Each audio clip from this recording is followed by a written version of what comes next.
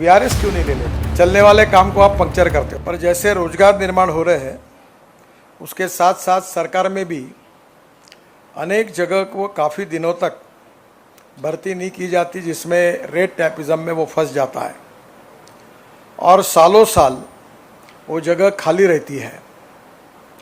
प्रधानमंत्री जी ने विशेष रूप से ये जो जगह है ये तुरंत भरनी चाहिए, इस प्रकार के आदेश सभी विभाग को दिए हैं और उसी के आधार पर आज आपको नियुक्ति पत्र मिल रहा है। मुझे खुशी है कि आपकी पढ़ाई पूरी करने के बाद आज आपको रोजगार का अवसर भारत सरकार की ओर से मिल रहा है। स्वाभाविक रूप से आप सबको काफ़ी जगह काम करने का मौका मिलेगा। हमारी सरकार में financial audit is very important, but performance audit is more important than financial audit. हमारे गलत निर्णय लोगों को तकलीफ देते हैं और जिसके कारण उनके जीवन में कारण न होते हुए तकलीफें बढ़ती हैं। मैंने अभी इनकम टैक्स मैडम के पास एक केस भेजी, उदाहरण के लिए बताता हूँ। उन्होंने एक फ्लैट खरीदने के लिए बैंक से लोन लिया, पति पत्नी ने दोनों, पर वो लोन में एक एंट्री हुई एक नहीं हुई, तो इनकम टैक्स में उसको इनकम करके ऐड करके उसके ऊपर टैक्स लगा दिया 40 लाख रुपए। वो पहले ही लोन का हफ्ता दे नहीं सकता, जबकि उसको टैक्स लगा, क्योंकि वो वेरीफाई करते हैं तो पता चल जाता कि ये बैंक से आए हुए लोन की अमाउंट उसके बिल्डर को गई है, वो ऐड हुई है। कभी कभी छोटे छोटे कामों से हमारे देश का भी नुकसान होता है और विशेष रूप से जनता को भी उसकी तकलीफ सहन करनी पड़ती है। और इसलिए आप सब लोग अब सरकार की नए रोजगार में जा रहे हो तो मैं आग्रह से कहूँगा कि आपके performance audit is more important. कुछ लोग ऐसे होते हैं वो केवल कानून की बात करते हैं, पर कानून का अर्थ होता है कि there is a difference between letter and spirit, और कानून के स्पिरिट को जो नहीं समझते हैं वो काम नहीं कर सकते। मैं बहुत लोगों को, अच्छे अच्छे अधिकारी को कहता हूं कि आप वीआरएस क्यों नहीं ले लेते? आप डिपार्टमेंट में आएंगे नहीं तो भी हमारा काम ज़्यादा गति से होगा। आप आकर तकलीफें बढ़ती है, चलने वाले काम को आप पंक्चर करते हो। तो स्वाभाविक रूप से positivity, transparency, corruption free system and time bound decision making process, ये आपके करियर में आप जरूर याद रखिए। मैं अक्सर कहता हूँ I like people who can get the things done. हमारे यहाँ एक बहुत बड़े अधिकारी है मेरे डिपार्टमेंट में, आईआईटी इंजीनियर है। कोई भी फाइल गए कि 3 महीने अध्ययन नहीं करते, तो मैंने उनको बुलाकर कहा कि ये रिसर्च और ट्रेनिंग इंस्टीट्यूट है, उसके डायरेक्टर बन जाओ, यहाँ तुम्हारी ज़रूरत नहीं है।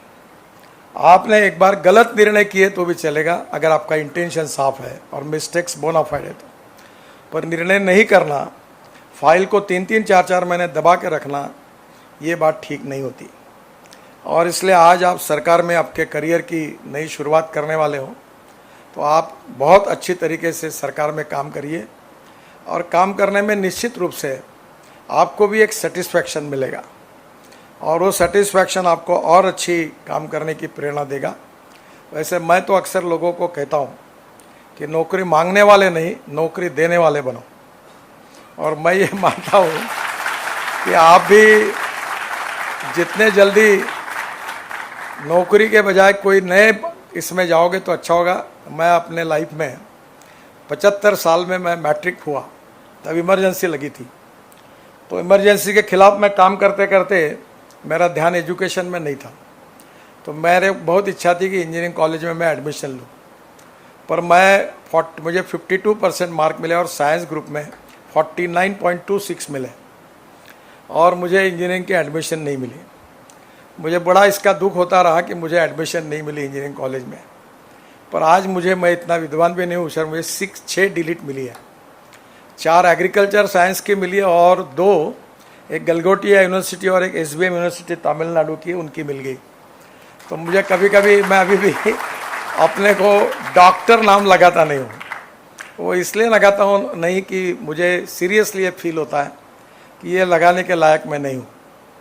तो मैं आपको ये बताता हूँ कि उच्च विद्या विभूषित होना और सुसंस्कृत होना, इसमें फ़र्क है। अभी मैं आ रहा था, ये अधिकारी बैठे थे, एक पति पत्नी रॉबनवे से जा रहे थे, मैंने गाड़ी रोकी, मेरे साथ मेरी 25-30 गाड़ी है, सब रुकी और मैंने बुलाया उसको, मतलब आप कितने पढ़े लिखे, आपको समझता नहीं, रॉन्ग साइड क्यों जा रहे हो? हमारे यहाँ रोज मैं एक्सीडेंट गिनता हूँ, 1.5 लाख लोग मर रहे हैं एक साल में, और 18 से 24 वयोगट में 60% है। अभी बैंक ऑफ महाराष्ट्र के एमडी है, उनका MBBS MD लड़का पुणे में एक्सीडेंट में चला गया। तो मुझे ये लगता है कि जो पढ़े लिखे लोग हैं वो कानून का पालन भी करें, और इसलिए आप एक सुसंस्कृत, एजुकेटेड और रिस्पॉन्सिबल सिटीजन के रूप में आपके सर्विस में लोगों की सेवा भी करिए, और परफॉर्मेंस ऑडिट जब होगा तब निश्चित रूप से आपका नाम ऊपर आएगा।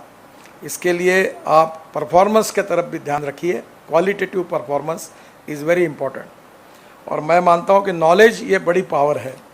तो आपको मेरी बहुत बहुत शुभकामनाएं हैं, शुभेच्छाएं हैं, और प्रधानमंत्री का ये सपना है कि आप जैसे लोगों को जीवन में तुरंत रोजगार मिले, और इसलिए जब सरकार में डिपार्टमेंट में बहुत दिनों तक फाइलें घूमते रहती है, पहले वैकेंसी निकालने के लिए 6 महीने लगते हैं, फिर निकलने के बाद रिटर्न टेस्ट होकर UPSC और उधर जाने में वो 6-7-8 महीने लगाते हैं, फिर इंटरव्यू के लिए 6 महीने लगते हैं। प्रधानमंत्री जी ने इसके ऊपर बहुत नाराज़गी व्यक्त की कि ये system transparent, time bound, result oriented होनी चाहिए, और आखिर में उन्होंने तय किया कि इस प्रकार से हम टारगेट रख के ये रोजगार मेले करें ताकि सब युवाओं को तुरंत रोजगार मिले। आपको आज ये रोजगार का सर्टिफिकेट मिल रहा है। राजस्थान में जो अदर इम्पोर्टेंट प्रोजेक्ट्स है जिसकी मैं आज घोषणा करता हूँ, उदयपुर के लिए ग्रीनफील्ड बाईपास 1000 करोड़ का, इसकी आज घोषणा करता हूं, जो जयपुर से अहमदाबाद जाने वाले ट्रैफिक को शहर से बाहर निकलेगा। जयपुर ग्रीनफील्ड रिंग रोड, आधा रिंग रोड उस समय बहुत फंसा हुआ था, वसुंधरा जी मुख्यमंत्री थी, मैंने एयरपोर्ट पे बैठकर फिर ये टेक ओवर किया प्रोजेक्ट, आधा हुआ, आधा भी 4,500 करोड़ का 92 किलोमीटर। हम जल्दी इस कार्य का शुभारंभ करेंगे। निश्चित रूप से आगरा रोड और दिल्ली बाईपास के लिए अचरोल होकर चांप गांव तक ये बनेगा। जोधपुर रिंग रोड को भी 2000 करोड़ की मैं मंजूरी दे रहा हूं। इस ग्रीनफील्ड रिंग रोड बनने से पाली, बाड़मेर, जैसलमेर, नागौर और जयपुर आने वाले वाहनों का समय बचेगा। इसके साथ साथ प्रतापगढ़ में नीमच एवं चित्तौड़ की कनेक्टिविटी के लिए जोशी जी के विशेष मांग पर यह भी हम मंजूर कर रहे हैं, जो मंदसौर के वही बालबुड़ा, अंबा, कनगट्टी, उमरान से राजस्थान से सीमा को ये इसके कारण चौड़ीकरण का काम हो जाएगा, जो मध्य प्रदेश के नीमच से राजस्थान के प्रतापगढ़ तक कनेक्टिविटी बेहतर हो जाएगी।